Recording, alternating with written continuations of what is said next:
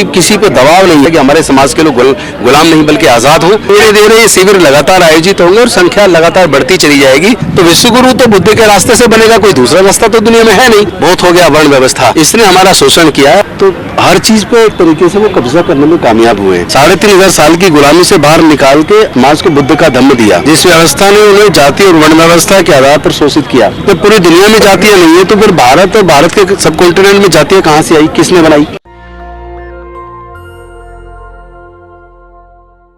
नमस्कार दोस्तों, मैं निधि रतन, आप देख रहे हैं नेशनल दस्तक। इस समय हम मौजूद हैं दलित प्रेरणा केंद्र नोएडा में और यहाँ पे धम्म चक्र ध्यान साधना की ओर से आज विश्व शांति के लिए प्रयास किया जा रहा है और यहाँ पे 500 की संख्या में बौद्ध भिक्षु मौजूद है। और दिल्ली के कैबिनेट मंत्री राजेंद्र पाल गौतम, जो कि जय भीम मिशन के संरक्षक भी हैं, और भंते करुणा सिंह राहुल भी यहाँ मौजूद हैं, जिस शिविर को आयोजन किए थे। हमारे साथ दिल्ली के कैबिनेट मंत्री राजेंद्र पाल गौतम है। सर, जिस तरीके से आपने बाबा साहब ने एक सपना देखा था बौद्ध में भारत का, और ऐसा प्रतीत होता है जैसे कि बाबा साहब का सपना सच होता नजर आ रहा है। आपको कितनी कठिनाइयों का सामना करना पड़ा? कोई कठिनाई नहीं, बिल्कुल कठिनाई नहीं, बल्कि सारे रास्ते सुगम होते जा रहे हैं। एक के बाद एक कड़ी जुड़ती जा रही है, सारा समाज के लोग जुड़ते जा रहे हैं और सब गौरवान्वित महसूस कर रहे हैं। कोई किसी पे दबाव नहीं है, बल्कि स्वयं की प्रेरणा से लोग बाबा साहेब को धीरे धीरे अध्ययन कर रहे हैं, अपने महापुरुषों के जीवन संघर्ष को पढ़ रहे हैं। और हमने जो छोटी छोटी किताबों के माध्यम से लोगों को जो हमारे महापुरुषों की जो जीवनियाँ दी हैं, उसको लोग पढ़ के समाज के महापुरुषों के बारे में जानकारी हासिल कर पा रहे हैं। और धीरे धीरे जो बाबा साहेब ने सपना देखा था, हमारे महापुरुषों ने सपना देखा था कि हमारे समाज के लोग गुलाम नहीं बल्कि आज़ाद हों और वो उनके अपने हक अधिकार और भारत के मूल निवासी होने के नाते वो भारत को ऑन करें कि हमारा देश है, हमें इसको अच्छा बनाना है, हमें यहाँ शांति व्यवस्था कायम करनी है, हमें देश का विकास करना है। और जो गौरवशाली भारत था बुद्ध के समय में, उसी तरह पूरा बौद्धमय भारत करना, ताकि हम सब लोग गर्व कर सके अपने देश के ऊपर और अपने बुजुर्गों की सांस्कृतिक विरासत के ऊपर। दिल्ली में मौजूद इंद्रप्रस्थ पार्क की बात करें, शांति स्तूप की और यहाँ प्रेरणा केंद्र की, आपका क्या मोटिव रहा इन जगहों पे समापन करने का? जो 11 दिन का शिविर चल रहा था उसका समापन उसका कारण ये था कि यहाँ से हमारे जो महापुरुष हैं, जिनका जीवन संघर्ष से हम लोग आज़ाद हुए हैं और हमें हक अधिकार मिले हैं, तो हम लोग इनसे प्रेरित हों और इस दलित प्रेरणा स्थल से प्रेरणा लेके हम लोग भी बौद्धमय भारत के बाबा साहब के सपने को पूरा करने के लिए पूरे देश में जाके काम करें। और हम लोग इस लायक काम जरूर कर दें कि हम बाबा साहब के सामने गर्व के साथ खड़े होकर आंख मिला सकें। अदरवाइज़ लोग मुंह छुपाएंगे, आने वाले समय में लोग शर्मिंदा होंगे कि हमने बाबा साहब के कहने को ना मान के पूरे समाज को एक तरीके से शर्मसार किया है। जिस तरीके से 11 दिन का शिविर आयोजन किया गया, क्या भारी संख्या में आने वाले समय में ऐसे शिविर जो हैं जगह जगह पे एक साथ आयोजन किए जा सकते हैं? धीरे धीरे ये शिविर लगातार आयोजित होंगे और संख्या लगातार बढ़ती चली जाएगी। और 2025 में आप उस कल्पना को कीजिए जब 10 करोड़ लोग अपने बुजुर्गों की सांस्कृतिक विरासत में घर वापसी करेंगे, बुद्ध के धम्म की दीक्षा लेंगे, वो कितना गौरवशाली पल होगा। और पूरे दुनिया की मीडिया की नज़रें उसके ऊपर लग गई हैं और आप देखिएगा एक हर रोज़ ये काम आगे बढ़ेगा, ये कारवां आगे बढ़ेगा और हम अपने बुजुर्गों के सपने को साकार करने में निश्चित तौर पर कामयाब होंगे। हमारी सरकार हिंदू राष्ट्र का सपना देख रही है और आप उसमें बौद्ध में घर वापसी का सपना देख रहे हैं। क्या दुनिया को, भारत ने पूरे दुनिया को बुद्ध का धम्म दिया और पूरे दुनिया को शांति का और प्रगति का मार्ग दिया। तो जिस धम्म में समता, मैत्री, भाईचारा, न्याय, प्रज्ञा, शील, तो जिस मार्ग में सबका कल्याण है, उसी मार्ग पे पूरी दुनिया को चलना पड़ेगा।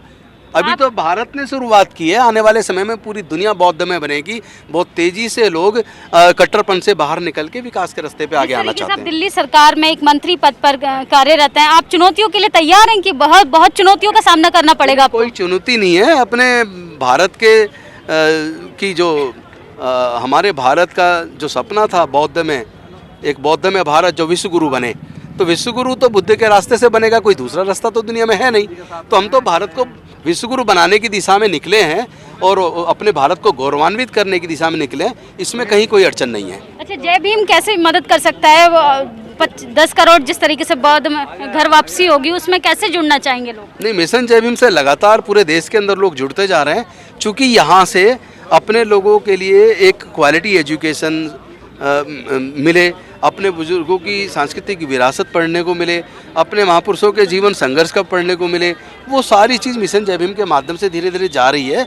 और बहुत छोटी छोटी पत्रिकाओं के किताबों के माध्यम से हम अपने महापुरुषों की जीवनी निकाल रहे हैं, जो बहुत ही सस्ते दर पे है, जिससे लोगों तक जब हमारा इतिहास पहुंच रहा है तो लोग पढ़ने लगे हैं। मोटी किताबें कई बार लोग सोचते हैं कल पढ़ूंगा, लेकिन कल कभी नहीं आता। हम उसी को कम शब्दों में जब करके निकाल रहे हैं तो लोग उसको 4-5 घंटे में 6 घंटे में पढ़ लेते हैं और धीरे धीरे लोग अब अपने महापुरुषों के इतिहास को जान पा रहे हैं। जी, आप हमारे चैनल के जरिए जय भीम मिशन से जुड़ने के लिए जो नंबर आपने दिया है उसको एक बार रिपीट कर दीजिए। आप 8800662528 आप इस नंबर पे जैसे ही मिस कॉल करेंगे आपको तुरंत कुछ ही सेकंडों के अंदर एक टेक्स्ट मैसेज आएगा। टेक्स्ट मैसेज में एक लिंक होगा, आप उस लिंक को खोलिए, एक फॉर्म होगा, उस फॉर्म में नाम आपका, father's name, address, date of birth, आपकी ईमेल आईडी, उसको भरेंगे और नीचे फिर सबमिट कर देंगे तो आपका रजिस्ट्रेशन हो जाएगा, कंप्यूटर में पूरा रिकॉर्ड आपका आ जाएगा। इसी तरीके से दिन प्रतिदिन लगातार लोग मिशन जय भीम से जुड़ते जा रहे हैं और बौद्ध में भारत के सपने से जुड़ते जा रहे हैं और मुझे उम्मीद है आने वाले समय में भारत बनेगा बौद्ध में। जी, जिस तरीके से आप दिल्ली कैबिनेट मंत्री हैं और उसके साथ एक बुद्धिस्ट परिवार से आप आते हैं, क्या मैसेज देना चाहेंगे बहुजन समाज को? बस एक ही मैसेज है कि बहुत हो ली है जाति, बहुत हो गया वर्ण व्यवस्था, इसने हमारा शोषण किया है। इसी की वजह से हमारे कितनी बहनों की आबरू गई है, कितने भाइयों को जिंदा जलाया गया, कितने भाइयों की हत्याएं हुई हैं। अब और ज़्यादा शोषण स्वीकार नहीं है। आप लोग एकजुट होइए और बौद्ध बनिए, बाबा साहेब के सपने को, बौद्ध में भारत के सपने को साकार कीजिए। आपके जीवन से कष्ट निकल जाएंगे और आपके बच्चे देखना फिर पढ़ने के प्रति और ज़्यादा प्रेरित होंगे, आपके बच्चे तरक्की करेंगे। देश के सारे संसाधनों पे कब्जा कर लिया है। आज माननीय सर्वोच्च न्यायालय को देख लीजिए, उच्च न्यायालय को देख लीजिए, गवर्नमेंट ऑफ इंडिया के सेक्रेटरीट को देख लीजिए, देश के तमाम नेचुरल रिसोर्सेज किसके पास है उसको देख लीजिए। तो हर चीज़ पे एक तरीके से वो कब्जा करने में कामयाब हुए हैं और हमारे लोग जिनका सब कुछ छिना है वो डॉक्टर बाबा साहेब अम्बेडकर के बताने के बावजूद, विकास के रास्ते पे चलने के बावजूद, बुद्ध के मार्ग पे चलने के बावजूद, चलने की बजाय वो विपरीत दिशा में उस ताकत को मजबूत करने में लग गए जिस ताकत ने उन्हें हजारों साल तक गुलाम रखा। और उस गुलामी से निकालने के लिए डॉक्टर बाबा साहेब अम्बेडकर जी ने पूरा जीवन संघर्ष करके 3500 साल की गुलामी से बाहर निकाल के समाज को बुद्ध का धम्म दिया और उसी व्यवस्था को मानवर कांसीराम साहब लेके चले। आज पूरे देश के बहुजनों को, मूल्यवासियों को एहसास हो रहा है कि हमारी जो सांस्कृतिक विरासत थी वो बुद्धिज़्म थी, जिसमें समता, मैत्री, भाईचारा और न्याय, दया, ममता, करुणा, शील, प्रज्ञा, तो वो जो सबके मंगल का जो मार्ग है वो बुद्ध का मार्ग है और उससे दूर रहकर वो उस व्यवस्था को मजबूत करते रहे जिस व्यवस्था ने उन्हें दीनहीन और कमज़ोर बनाया, जिस व्यवस्था ने उन्हें जाति और वर्ण व्यवस्था के आधार पर शोषित किया। लेकिन आज सब लोग समझ रहे हैं इस बात को कि ये हमारा मार्ग नहीं है, हमारे पूर्वजों का मार्ग तो बुद्धिज़्म है। तो आज सब लोग इस महत्व को समझ रहे हैं कि बाबा साहब ने 14 अक्टूबर 1956 को बुद्ध का धम्म क्यों ग्रहण किया, क्यों उन्होंने दीक्षा ली और क्यों वो भारत को बौद्ध में बनाना चाहते थे। लेकिन दीक्षा लेने के 1 महीने 22 दिन बाद ही डॉक्टर बाबा साहेब अम्बेडकर महापरिनिर्वाण को प्राप्त हो गए और जो उनका सपना था भारत को बौद्ध में बनाने का, वो सपना रह गया। आज हम लोगों ने इस बात को गंभीरता से समझा है कि हम बाबा साहेब के वजह से हम लोग आज़ाद हुए, उनकी वजह से हमारे पढ़ने लिखने के, नौकरी के, विकास के रास्ते खुले। तो अगर कोई रास्ता है जो हमें अब आगे ले जा सकता है और जो आए दिन हम घटनाएं सुनते हैं जाति और धर्म के आधार पर उत्पीड़न की, उससे मुक्ति चाहते तो हमें जातियों को छोड़ना पड़ेगा। और जाति कुदरत ने नहीं बनाई, पूरी दुनिया में जातियाँ नहीं हैं। अमेरिका में जातियाँ नहीं है, इंग्लैंड में जातियाँ नहीं है, ऑस्ट्रेलिया में जाति नहीं है, न्यूजीलैंड में जाति नहीं है, जापान में नहीं है, कोरिया में नहीं है, रसिया में नहीं है, फ्रांस में नहीं है, जर्मनी में नहीं है। जब पूरी दुनिया में जातियाँ नहीं है तो फिर भारत और भारत के सब कॉन्टिनेंट में जातियाँ कहाँ से आई, किसने बनाई और जातियों से किसको फ़ायदा हुआ और किसको नुकसान हुआ। यही बात हम सबको समझा रहे हैं कि भी जाति जिसने बनाई उसने उसका फ़ायदा उठाया और हम लोगों ने जाति का जो दंश झेला, उसकी वजह से जो उत्पीड़न झेला है, उसकी वजह से हम लोग दीनहीन हो गए, उसकी वजह से हम ज्ञान से वंचित रहे, उसकी वजह से हमारा विकास रुका और उस विकास के रास्ते को डॉक्टर बाबा साहेब अम्बेडकर खोल के गए।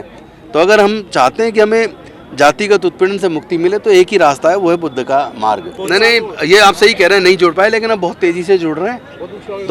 अभी UNO की स्टडी बताती है कि 2050 तक आधे से ज़्यादा यूरोप बौद्ध बन जाएगा और आज जितने भी दुनिया में फिल्म कलाकार हैं 67% से ज़्यादा बौद्ध हैं।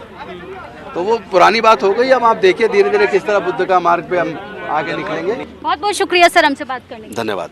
ये थे दिल्ली के कैबिनेट मंत्री राजेंद्र पाल गौतम। इन्होंने एक लाइन में बोला कि बच्चों को शिक्षित करना बहुत ज़रूरी है।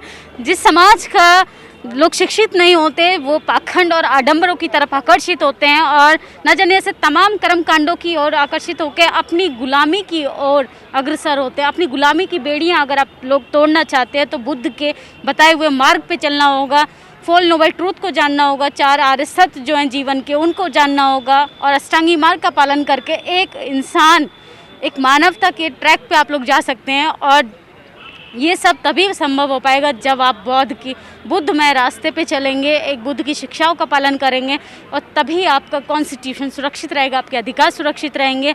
और आप अपने साथ अगर क्राइम को रोकना चाहते हैं, आपके साथ हो रहे अपराधों को, आपके साथ जातीय भेदभाव, धार्मिक भेदभाव, लिंग भेदभाव, इन सब को रोकना चाहते हैं तो आपको सिर्फ बुद्ध की शिक्षा ही बचा सकती हैं और दूसरा कोई रास्ता नहीं है।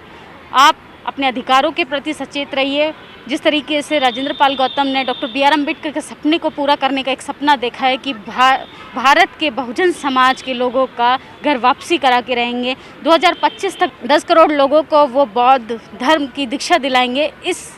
ये ऐसा प्रतीत होता है कि जैसे स्वयं बाबा साहब का सपना साकार होता नज़र आ रहा है। नेशनल दस्तक की लगातार कोशिश रहती है कि जो विक्टिम लोग हैं, जो इनके साथ अपराध हुआ है, शोषण हुआ है, जो वंचित हैं समाज की उन चीज़ों से, जो उनको मिलना चाहिए, उनके अधिकार मिलना चाहिए, उनको समानता, डिग्निटीफुल एक जीवन मिलना चाहिए। नेशनल दस्तक प्रयास करता है, ऐसी न्यूज़ आपके सामने रखता है जिससे आप प्रेरणा ले सके, आपके बच्चे प्रेरणा ले सके और आपके बच्चे मंदिर में पुजारी से लेके जज कलेक्टर तक बन सकें। ना सिर्फ मंदिर के दरवाजे पे जाने के लिए आपको दर दर की ठोकरें खानी पड़े और ना ही आपको किसी का गुलामी सहनी पड़ेगी। आप लोगों की क्या प्रतिक्रिया, अपनी राय जरूर दें। कैमरा पर्सन आशीष के साथ मैं निधि रतन, दलित प्रेरणा केंद्र, नोएडा। नेशनल दस्तक की आपसे गुजारिश है कि अगर इसको बचाना चाहते हैं तो नेशनल दस्तक को सब्सक्राइब करने के लिए रेड कलर के सब्सक्राइब बटन को दबाएं, फिर बेल आइकन की घंटी दबाएं। नेशनल दस्तक को बचाने के लिए बहुत जरूरी है कि हर खबर को शेयर करें, लाइक करें, कमेंट जरूर करें।